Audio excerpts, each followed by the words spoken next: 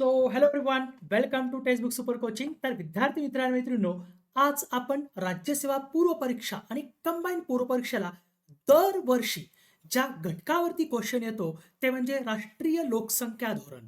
एक question combine पूर्व परीक्षा ग्रुप बी आणि ग्रुप सी आणि राज्यसेवा पूर्व परीक्षेमध्ये फिक्स असतो. सो त्याच्यामुळे जे काय मी तुम्हाला 10 ते 12 मिनिटांमध्ये हे राष्ट्रीय लोकसंख्या धोरण 1976 आणि 2000चं जे शिकवणार आहे ते तुम्हाला फक्त रट्टा मारून ठेवायचे. तुमच्या राज्यसेवेचे 2 मार्क फिक्स आणि कंबाईनचा तुमचा एक एक मार्क फिक्स आहे.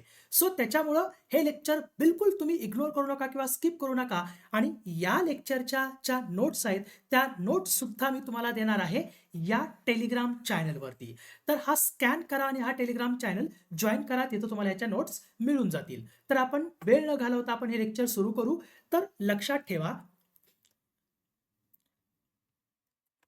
बघा, आपण सुरुवातीला आपल्याला ह्या राष्ट्रीय लोकसंख्या धोरणाचं थोडं बॅकग्राऊंड बघायचंय. कारण अगोदर आपण 1952 साली राष्ट्रीय कुटुंब नियोजन कार्यक्रम सुद्धा सुरू केला होता. आता सगळ्यात महत्त्वाचं, आर्थिक व सामाजिक विकासाचं महत्त्वाचं उद्दिष्ट काय असतं? तर देशातील लोकांच्या राहणीमानामध्ये सुधारणा करणे. आणि राहणीमानामध्ये सुधारणा करायची असेल तर त्याच्यासाठी देशातील लोकांचं जे सरासरी उत्पन्न, ज्याला आपण दरडोई उत्पन्न म्हणतो, ते दरडोई उत्पन्न आपल्याला वाढवावं लागेल. आणि दरडोई उत्पन्न जर आपल्याला वाढवायचं असेल तर त्याच्यासाठी आपल्याला लोकसंख्येवरती कंट्रोल आपल्याला ठेवावा लागेल. राईट. सो लोकसंख्या आपल्याला कंट्रोलमध्ये आणावी लागेल, जेणेकरून दरडोई उत्पन्न वाढेल. दरडोई उत्पन्न वाढल्यामुळं लोकांच्या राहणीमानामध्ये सुधारणा होईल आणि त्यांना चांगलं आरोग्य आणि चांगलं शिक्षण घेता येईल. राईट. म्हणजे जेणेकरून काय होईल की राष्ट्राचा आर्थिक वाढ आणि म्हणजे आर्थिक वृद्धी आणि आर्थिक विकास खूप चांगल्या पद्धतीनं होईल. सो हेच विचारात घेऊन, कारण बघा, भारत देश स्वतंत्र झाल्यानंतर जवळपास 80 ते 85% जी लोकसंख्या होती ती पूर्णपणे कृषीवरती अवलंबून होती. आणि त्याच्यात आणि ती सगळे म्हणजे कृषीवर अवलंबून असल्यामुळं आणि दुसरं म्हणजे कृषीचा तेवढा जास्त विकास न झाल्यामुळं आपल्याला बऱ्याचपैकी अन्नधान्य वगैरे पण जे अन्नधान्य आपण आयात करत होतो, कारण आपण अन्नधान्याच्या बाबतीत स्वयंपूर्ण नव्हतो. आणि लोकांचं दरडोई उत्पन्न खूप म्हणजे खूप कमी होतं आणि लोकसंख्या प्रचंड प्रमाणात वाढत होती.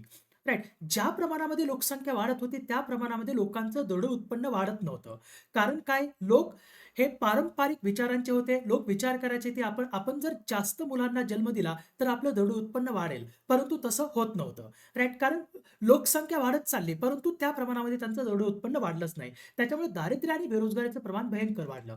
म्हणून सुरुवातीला 1952 मध्ये नेहरू गव्हर्नमेंटने एक सगळ्यात महत्त्वाचा निर्णय घेतला, तो म्हणजे राष्ट्रीय कुटुंब नियोजन कार्यक्रम त्यांनी सुरू केला. कधी? 1952 मध्ये. आणि राष्ट्रीय कुटुंब नियोजन कार्यक्रम सुरू करणारा भारत हा जगातील पहिला देश होता. याचा उद्देश काय होता? राष्ट्रीय अर्थव्यवस्थेला पूरक ठरेल अशा पातळीवरती लोकसंख्या स्थिर करणे. राईट. परंतु लोकसंख्या जेवढ्या पद्धतीने आपल्याला स्थिर करायची होती तेवढ्या पद्धतीने ती स्थिर झाली नाही. म्हणून पुन्हा मग काय केलेलं आहे, हे इंदिरा गांधी सरकारने ओळखलं आणि इंदिरा गांधी सरकारने 1976 साली भारताचं पहिले राष्ट्रीय लोकसंख्या धोरण जाहीर केलं, 5व्या पंचवार्षिक योजनेमध्ये, ज्यावेळी आरोग्य आणि कुटुंब कल्याण मंत्री श्री करुणा सिंग होते. तर याच्यामध्ये महत्वाची एकच तरतूद लक्षात ठेवायची आणि ज्याच्यावर म्हणजे याच्यावरच तुम्हाला हा क्वेश्चन येऊ शकतो. तर ती तरतूद म्हणजे काय? तर लग्नाचं वय पुरुषांसाठी 21 व स्त्रियांसाठी 18 वर्ष हे कायदेशीर तरतूद करण्यात आली. कशी? कायदेशीर तरतूद करण्यात आली. पुरुषांसाठी 21 आणि स्त्रियांसाठी 18 वर्ष.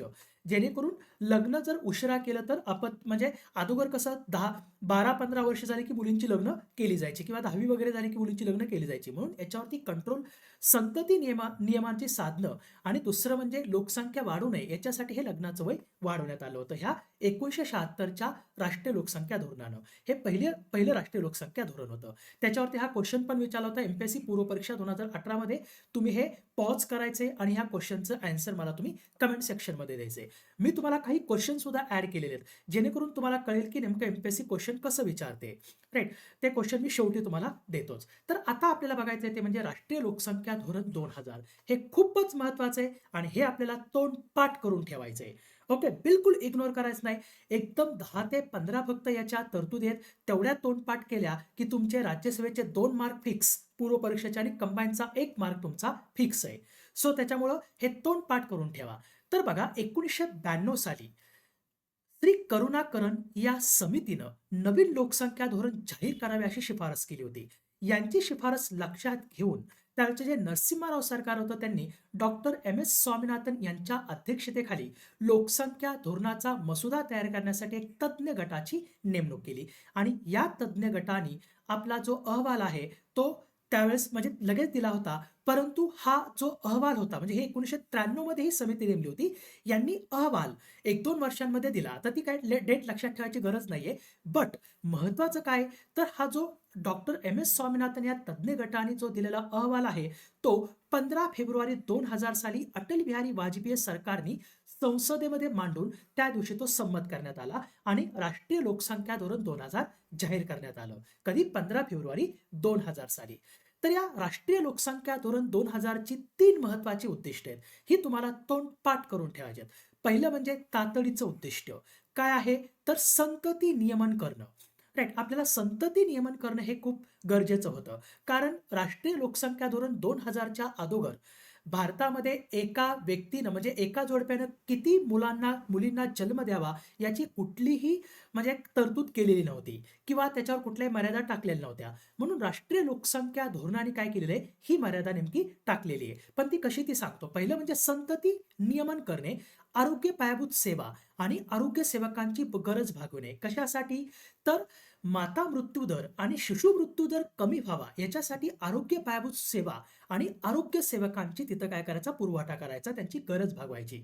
नंतर प्रजनन व बाल आरोग्य सेवा मिळवण्यासाठी एकात्मिक सेवा पुरवणे, जेणेकरून संस्थात्मक प्रसूती आणि प्रशिक्षित व्यक्तींमार्फत प्रसूतींचं प्रमाण वाढेल आणि माता मृत्यू दर आणि शिशु मृत्यू दर कमी होईल. तर महत्वाचं लक्षात ठेवा, तातडीचं उद्दिष्ट काय आहे? संतती नियमन करणे, आरोग्य पायाभूत सेवा आणि आरोग्य सेवकांची गरज भागवणे आणि प्रजनन व बाल आरोग्य सेवा मिळवण्यासाठी एकात्मिक सेवा पुरवणे. तर मध्यावधी उद्दिष्ट काय आहे? मध्यावधी उद्दिष्ट म्हणजे 2010 पर्यंत एकूण जनन दर पुनर्स्थापनेच्या स्तरावर आणणे. राईट. म्हणजे तो 2.1 वरती. जनन दर म्हणजे काय असतो? स्त्रियांचं जननक्षम वय जे असतं ते 15 ते 49 वर्ष असतं.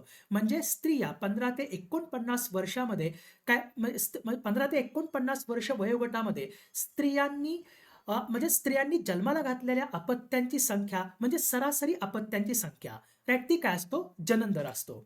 राइट. तर आता हे जननक्षम काय असतं? 15 ते 49 म्हणजे काय? तर जनन क्षमता म्हणजे काय असतं? तर स्त्रियांची अपत्यांना जन्म देण्याची क्षमता आणि 49 वर्ष वयोगटापर्यंत स्त्री अपत्यांना जन्म देऊ शकते. तर हे जनन दर म्हणजे काय? तर तेच की बाबा 15 ते 49 वर्ष वयोगटातील स्त्रिया सरासरी किती मुलांना जन्म देतात? ते म्हणजे जनन दर. राइट. तर तो कितीपर्यंत? 2 म्हणजे 2.1 वरती आणायचा होता आणि हे आपलं साध्य केलेलं आहे. आपण 1.9 वरती तो आता आलेला आहे. सरासरी जनन दर. राइट. म्हणजेच काय करायचं तर हम दो हमारे दो. हम दो हमारे दो हे आपलं मध्यावधी उद्दिष्ट आहे. राष्ट्रीय लोकसंख्या धोरण 2000चं. दीर्घकालीन उद्दिष्ट काय आहे? तर 2045 पर्यंत लोकसंख्या स्थिरीकरण करणे. हे कधीच विसरू नका. याच्यावरती सतत क्वेश्चन विचारला जातो. आता राष्ट्रीय लोकसंख्या धोरण 2000 ची 2010 पर्यंत गाठावयाची जी उद्दिष्ट आहेत किंवा जी ध्येय आहेत ती आपल्याला तोंडपाठ करून ठेवायची आहेत. बघा, पहिलं ध्येय काय आहे? तर शिशु मृत्यू दर किंवा यालाच आपण म्हणतो अर्भक मृत्यू दर. अर्भक मृत्यू दर किंवा त्यालाच म्हणतो आपण इन्फंट मोर्टॅलिटी रेट. बघा, बालमृत्यू दर नाही बरं का, शिशु मृत्यू दर. जर तुम्हाला मराठीमध्ये बालमृत्यू दर एखाद्या स्टेटमेंटमध्ये एमपीएससीनं लिहिलं तर ते इंग्लिशमध्ये खाली चेक करून बघायचं. तर इंग्लिशमध्ये त्यांनी इन्फंट मोर्टॅलिटी रेट लिहिलेलं असतं. त्याच्यामुळे ते बरोबर असेल. तर इन्फंट आता अर्भक किंवा शिशु म्हणजे काय असतं? 1 वर्षापर्यंतचं मूल म्हणजेच काय असतं? शिशु असतं.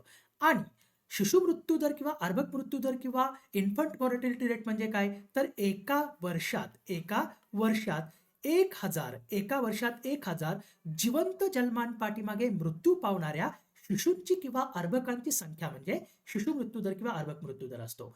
आणि तो प्रत्येक 1000 जिवंत जन्मांपाठीमागे 30 पेक्षा खाली आणायचा होता. किती? 30 पेक्षा. आता जो 2025ला राज्यसेवेमध्ये क्वेश्चन विचारला होता त्यांनी त्याच्यामध्ये स्टेटमेंट दिलं होतं की प्रत्येक 1000 शिशूंपाठीमागं बालकांपाठीमागं 30% करणे. 30% नाही, 30% आणि 30 याच्यामध्ये फरक आहे. 1000 पाठीमागं 30% म्हणजे 300 होतं ते. सो 1000 पाठीमागं किती? 30 पेक्षा खाली आणायचं आहे.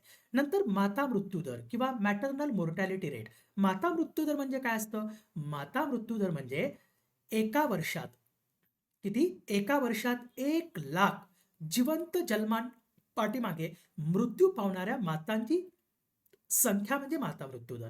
आणि हा माता मृत्यू दर प्रत्येक 1,00,000 जिवंत जन्मांपाठीमागे 100 पेक्षा खाली आणायचा होता.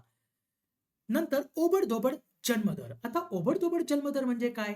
तर एका वर्षात 1,000 लोकसंख्येपाठीमागं 1,000 लोकसंख्येपाठीमागं एका वर्षात बरं का, एका वर्षात 1,000 लोकसंख्येपाठीमागं जन्माला येणाऱ्या अपत्यांची किंवा बालकांची संख्या आणि ती प्रत्येक 1,000 लोकसंख्येपाठीमागं 21 पर्यंत आपल्याला ओबड-धोबड जन्मदर किंवा क्रूथ बर्थ रेट आपल्याला आणायचा आहे. नंतर जननदर आत्ता सांगितलं 2.1 वरती जो की आपण साध्य केलेला आहे. आता सगळ्यात महत्त्वाचं शिक्षण. 14 वर्ष वयापर्यंतचं किती? 14 वर्ष वयापर्यंतचं शिक्षण मोफत आणि सक्तीचे करणे. तर शिक्षणातील गळतीचं जे प्रमाण आहे, हे खूप महत्त्वाचं आहे. शिक्षणातील गळतीचं प्रमाण मुले व मुलींचे आता इथं काय दिले बघा, प्राथमिक व माध्यमिक. उच्च माध्यमिक नाही आणि उच्च शिक्षण पण याच्यामध्ये मेन्शन नाहीये. तर मुले आणि मुलींचे प्राथमिक व माध्यमिक शिक्षणातील गळतीचं प्रमाण 20% खाली आणणं. कधी-कधी 30% एम-पी-एस-सी देते. तर हे किती? 20% खाली आणणं हे लक्षात ठेवायचंच. आलं लक्षात? तर हे पहिले काय होते? हे काही ध्येय. शिशु मृत्यू दर प्रत्येक 1,000 पाठीमागे 30 पेक्षा खाली आणणे. माता मृत्यू दर 1,00,000 जिवंत जन्मांपाठीमागे 100 पेक्षा खाली आणणे. ओबड-धोबड जन्मदर 1,000 लोकसंख्येपाठीमागे 21 करणे. जननदर 2.1. शिक्षण 14 वर्ष वयापर्यंतचं शिक्षण मोफत आणि सक्तीचं करणं आणि मुले आणि मुलींचं प्राथमिक आणि माध्यमिक शिक्षणातील गळतीचं प्रमाण 20% खाली आणणं. आणखी काय? तर वैश्विक लसीकरण, युनिव्हर्सल इम्युनायझेशन.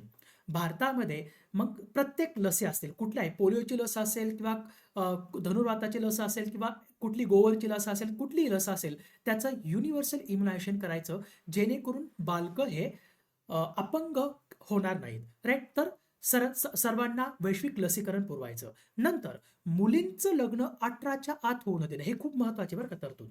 इथं कधी-कधी काय केलं जातं, राष्ट्रीय लोकसंख्या धोरण 2000 अंतर्गत मुलींचं लग्न 18च्या आत होऊ न देणं आणि 20 वर्ष वयानंतर करण्यास प्रोत्साहन देणं.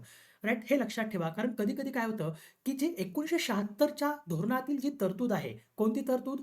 मुलांचं लग्नाचं वय 21 आणि मुलींचं 18 वर्ष जे केलेलं आहे कायदेशीर, ती कायदेशीर तरतूद 2000च्या धोरणामध्ये टाकतात ते. तर ते चुकीचं आहे. तर इथं काय आहे?